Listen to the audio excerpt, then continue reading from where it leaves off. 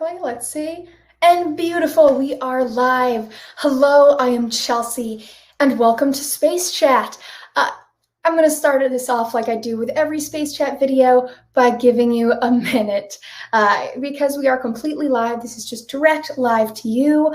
I want to make sure that everyone gets a chance to log on and get their questions ready and be listening so that they don't feel as if they've missed out. So I'm just going to give everyone about 30 seconds or so. If you watched the Inspiration4 launch this past week, whether in Florida, if you got really lucky, or like me from home on your computer or television, please sound off in the comments below. What was your experience like? How did you feel? What was it like for you? Who did you watch with? Did you do a watch party? I'm so curious how everyone celebrated the launch who did choose to watch it. So if you did, please, if you want to, share that in the comments below. All right, so I think we should be good to go. I'm going to start running things. If anyone logs on late and has a question, they can always drop it down below. So without further ado, hello, I am Chelsea, and officially, welcome to Space Chat. For those of you who haven't been with me before, this is the weekly show where I answer your questions live and discuss and explore what's happening in space this week. So today I'll be discussing the successful Inspiration4 launch, which lifted 4 civilian astronauts into orbit just the other day. I'll also be talking about the successful landing of 3 Chinese astronauts back on Earth, some crazy new science, and some skywatching sites to look out for. So let's get into it. So as always, this past week has been busy in space. The main thing of this past week for all of you who follow space has been Inspiration4. For those of you that have not followed the mission, that's totally fine. I'm going to fill you all in. Inspiration4 launched for a 3-day mission around Earth in orbit on Wednesday, September 15th at 8:02 p.m. Eastern. And it launched from NASA's Kennedy Space Center in Florida successfully and safely. And as I speak right now, the crew are in orbit circling Earth. Now, Inspiration4 is a little bit of a unique mission. It is a fully private mission. So basically what happened is this tech billionaire named Jared Isaacman, who founded a really interesting company, actually when he was quite young, he decided to charter a SpaceX flight, a flight around Earth on a SpaceX Crew Dragon capsule launched by a SpaceX Falcon 9 rocket. But he wanted this mission to be for a good cause. So the mission's underlying cause is to raise money and awareness for St. Jude Children's Research Hospital. So with Jared launching, or has launched and is now in space, is mission pilot Cyan Proctor, a geoscientist, a geology professor, a science communicator, and an Afrofuturism space artist. So she's the pilot up there, and incredibly, she is also the first ever Black female spacecraft pilot in history.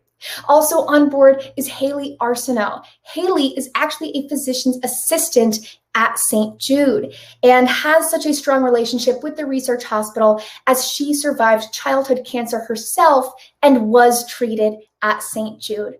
So she's flying to space as the youngest American to ever go to space and the first person in history to ever go to space with a prosthesis. So yeah, this mission's got a lot of big first. So then the 4th member is Chris Sembrowski. Now, Chris is an Air Force veteran and a data engineer. He will be serving as a mission specialist in space. And the main first of this mission is this is the first time that an all-civilian mission, meaning no professional astronauts or NASA astronauts with a space agency, are on board in orbit. So it's happened before. We've seen Virgin Galactic and Blue Origin launch suborbital flights into space for a bit and then back down to Earth. But this is the first time it's happened in such a major way where they're going real far out and they are orbiting Earth. Actually, many, many, many times they are orbiting Earth. So this is really exciting. Now, obviously, the launch went spectacularly this week. It was really fantastic.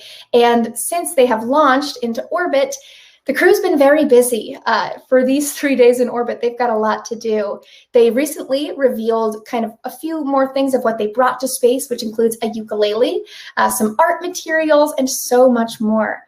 Now, just as a very, very, very quick note, just because I'm very excited about it, I am actually a musician and a friend of mission pilot Dr. Cyan Proctor, and on her personal playlist, it's not mission official, just her personal playlist, she brought a song of mine to space, which was very, very kind of her, and feels pretty cool on my end.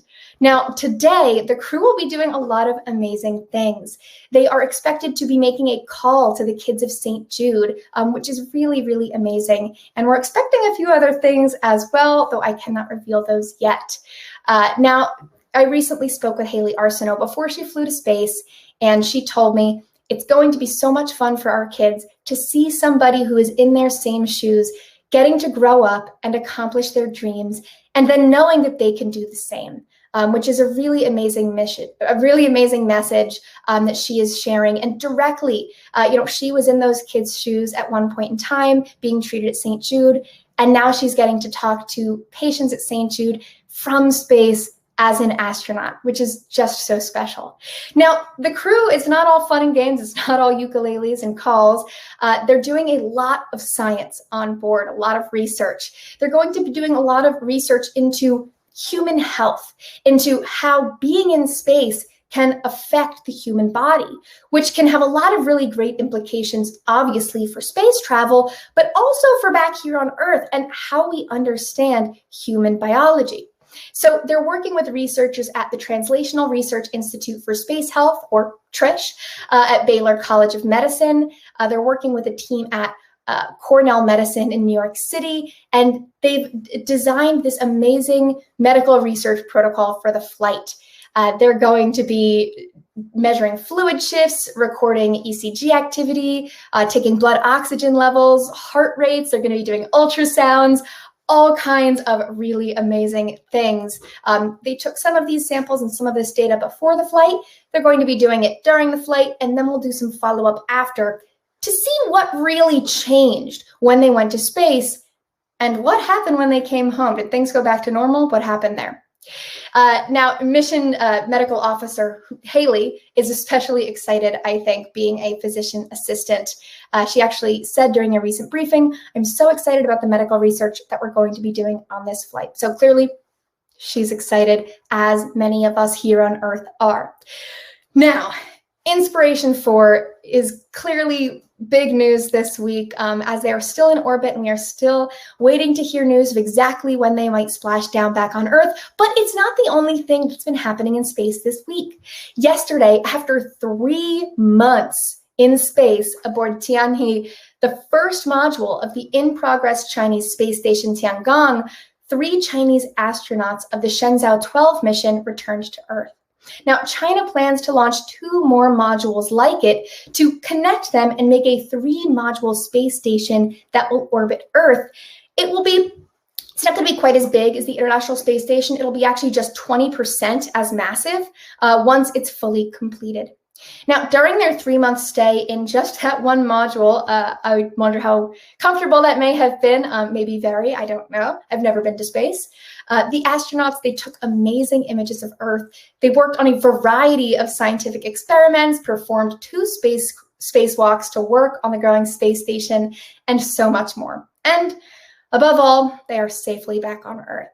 Additionally, this past week, a crop of 20 new scientific papers, which took data from a host of radio dishes, has added a ton of new information that is peeling back the layers of planet formation.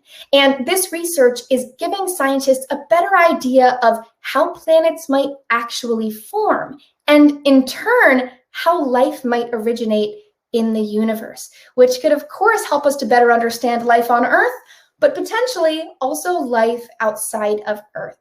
Also recently, a team of geologists has found evidence that some craters observed on the surface of Mars might not actually be from asteroids as they originally thought, and that instead, some of these craters could actually have been produced by extreme volcanic eruptions. So imagine you're on Mars in that extreme environment, and there's a volcanic eruption so extreme that it literally creates a giant crater in the side of a planet that makes it seem like an asteroid hit it. Pretty crazy.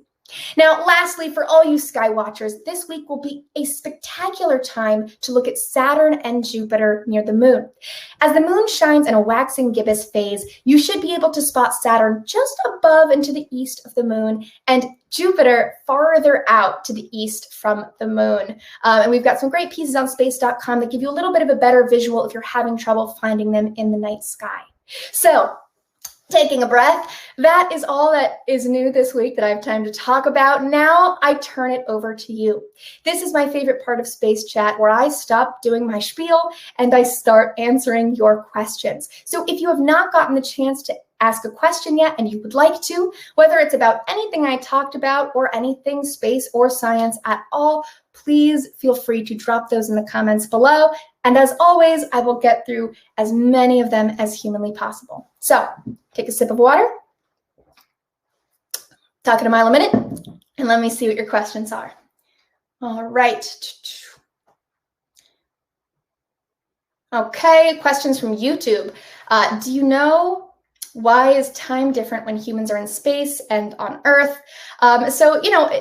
Time is very interesting. And here on Earth, we kind of make sense of time with our time zones and our different clock systems and technology that help us to keep track of time moving forward. But in space, because they're orbiting around Earth, even if they were much, much closer to Earth, that would be, flying from time zone to time zone to time zone very quickly. It's a little bit challenging when we talk about what time is it in space, because, they could be on the other side of planet Earth, way out in orbit.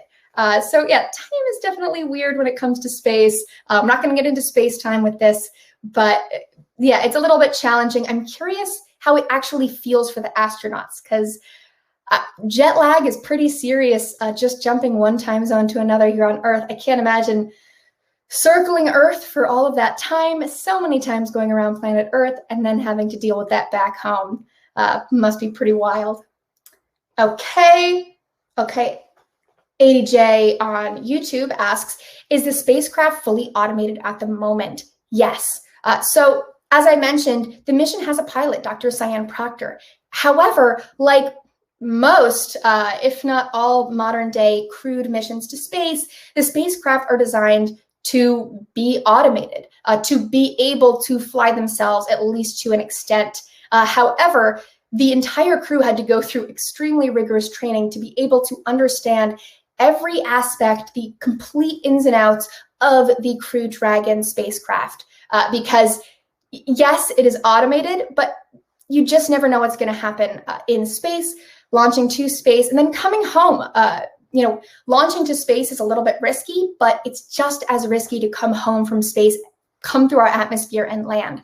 So yes, it's automated, but they know that spacecraft inside and out, as much as they've been able to learn since being selected, just in case.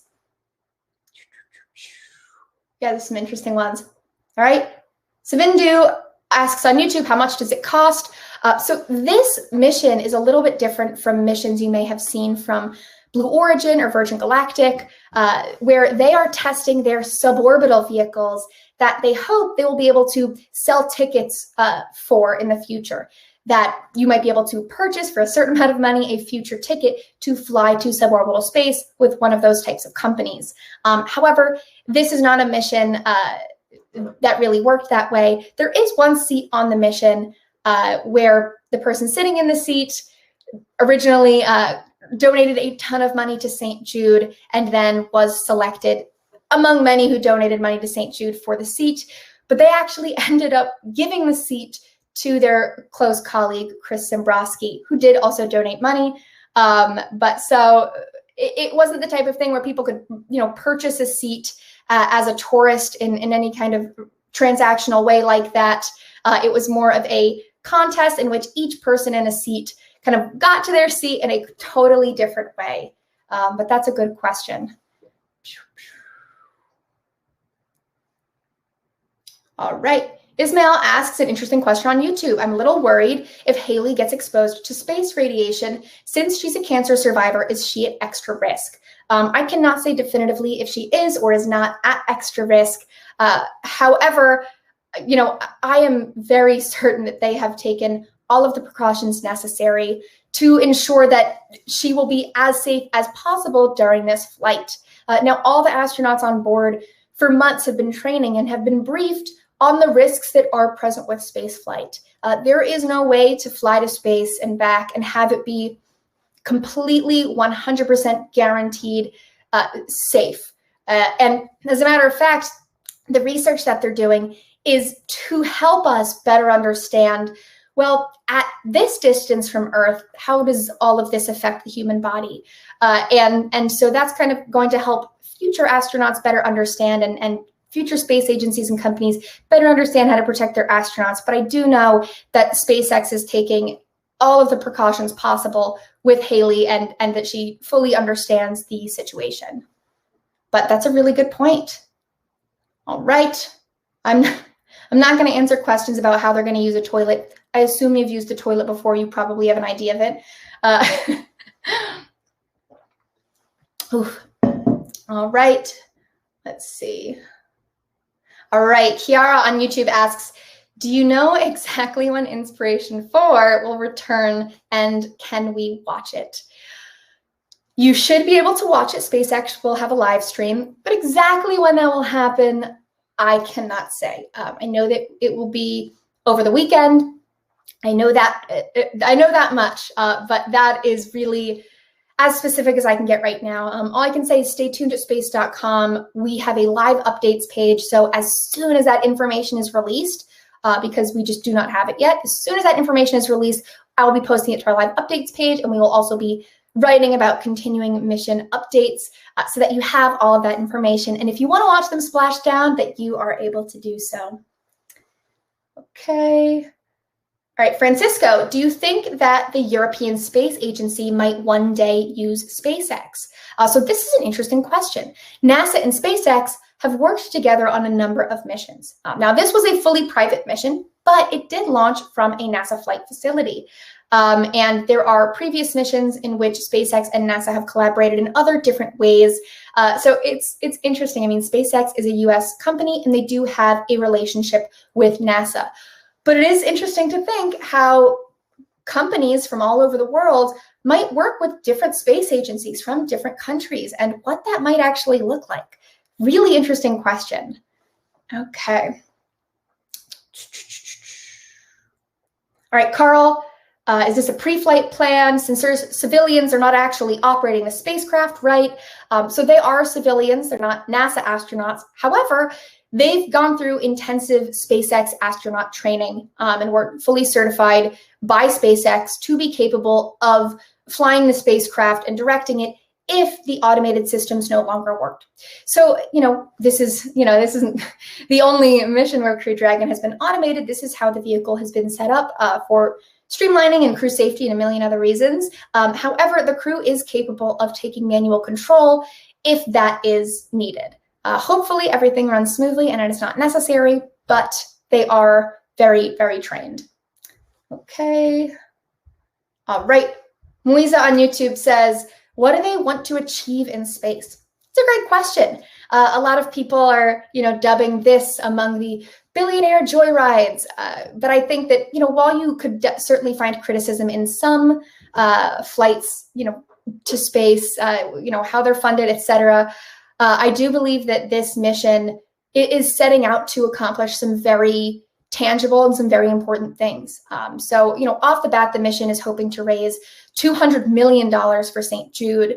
And so that is a huge part of the mission. Also awareness and just raising awareness and funds for that organization and the research and treatment they do for pediatric cancer. But aside from that, the research that they're doing into human health and how it's affected by spaceflight, that's going to be used for future missions, whether it's private or not. That is extremely valuable scientific information that will continue to expand our understanding of human health and biology, but also how the human body responds to space. If we're going to be sending astronauts to the moon, to Mars for longer duration orbit around Earth or in orbit around the moon, we need to understand very concretely what those risks are, what to expect, what's going to happen to the people who choose to fly on these missions. And so this is going to be really, really critical research, adding to that body of research, understanding that. So that's another huge, huge component. All right. And you guys have a lot of good ones. Okay. All right. I'm going to answer one more. I have time for one more. Are we in space? I'm not in space right now, but this mission is in space right now. As I'm speaking live, they are in orbit around Earth. In fact, as of this morning, they have experienced 25 sunsets and 25 sunrises since launching just the other night, which is pretty phenomenal. Thank you all so much for all your questions. I really appreciate it. It's always fun coming on Space Chat and hanging out with you guys. Stay tuned right here at space.com to see what happens next with this mission and what's going on in space. Take care.